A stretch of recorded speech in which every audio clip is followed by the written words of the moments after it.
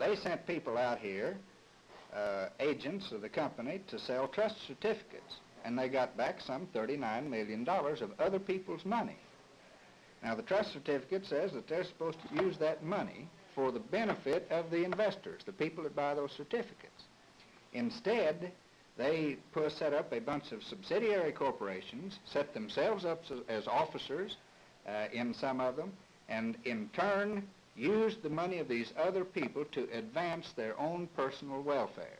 They've operated fast and loose with these people's money, and if they haven't done it legally, I'm going to put them in the penitentiary. Now, that's what it boils down to.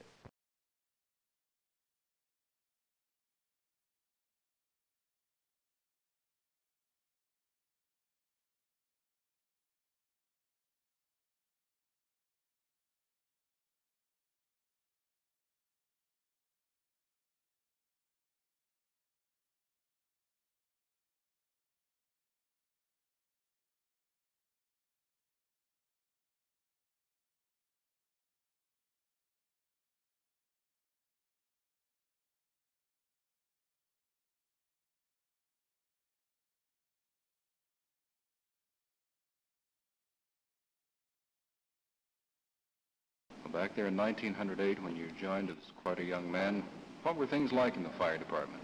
Well, they were pretty rough and ready. We used to work 21 hours a day, 1 hour for a meal, and we were really good. We got off 12 hours a week. Any vacations? No vacations, no pension, and no security. What made you stick with it so long then? Well, I just kind of liked the work, you know. It used to be of the rough and ready type, you know. A good man in the fire service while I was on the lightweight side was always a man that was considered could use some pretty rough grammar and eat a lot of smoke.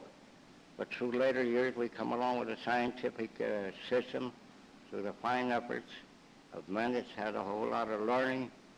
And I might say, and glad to say, while I was unfortunate not to have a good education, our department, under the present setup, is going through a 368-hour course of instructions in firefighting and extinguishing, and there's no doubt in my mind when that course is finished, not alone for the privates in the department, but the officers in the fire department will have one of the best and the most efficient fire departments in the nation.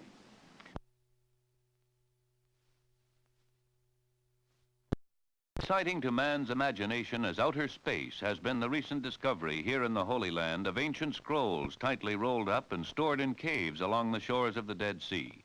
Scholars are still carefully studying their rich story of a religious community 2,000 years ago whose ideas seem to be the forerunners of Christianity.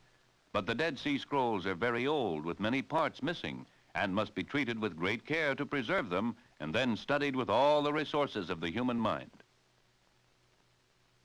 One of these resources is an electronic data processing machine, the IBM 705, which a Jesuit priest and an IBM engineer have taught to serve this ancient branch of scholarship by compiling an index.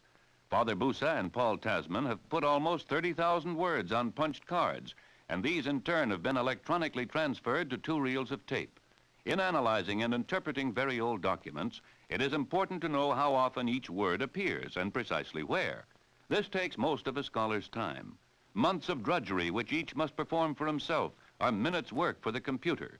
The computer can also provide missing words by using mathematical probability techniques. Not only does this machine help man plan his future, it lets him understand his past.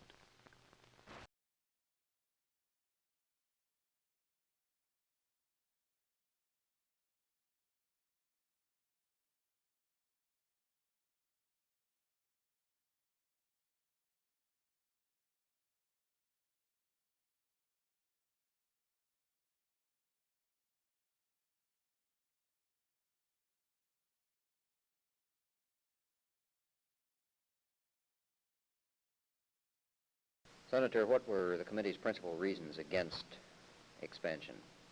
The harmful effects on the area from a social, economic, and natural resource standpoint. I believe you also had military reasons. They didn't see the need for it, militarily. What about the policy of having sessions behind closed doors? It is not a general policy. Was there a good reason for it today? Well, my committee felt so because the motion was made and unanimously approved at our last meeting, since we had had 3 other meetings prior to this meeting today. And the only reason that I know that it is invoked today was with the idea of expediting or helping the committee to get together on a report.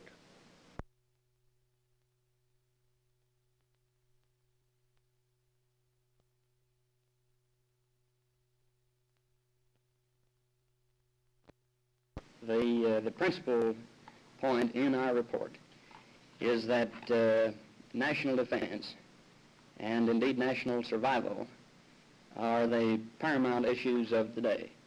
And the modern technicalities of warfare which have been developed in the last 3 years and the principal facts affecting national defense are matters generally much of which are not known to the public or to this committee, and that this is a national question which must be decided nationally on the basis of national defense and military necessity, and not by this committee.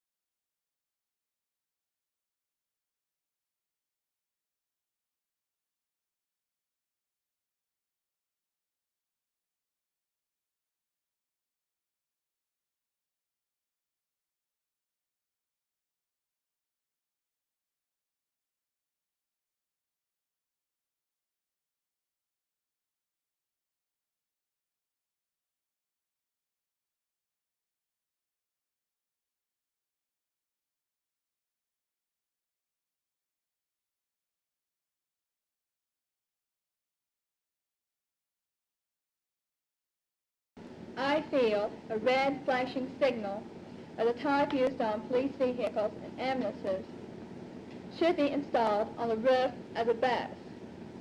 It should be turned on by the bus driver and left on during the time he is loading or unloading children. It has been my observation that all motorists recognize and respect this type of signal. The present law states that all motorists shall come to a complete stop when the bus is loading or unloading children, and then proceed with caution at about 5 miles per hour. This law should be amended, stating that all motorists should come to a complete stop and remain stopped while a bus is loading or unloading children. The way the law stands now is certainly no protection for our young people. The bus is stopped, the motorist has too. Believing he has the right to go on, the motorist starts up and all of a sudden sees a child in front of his car.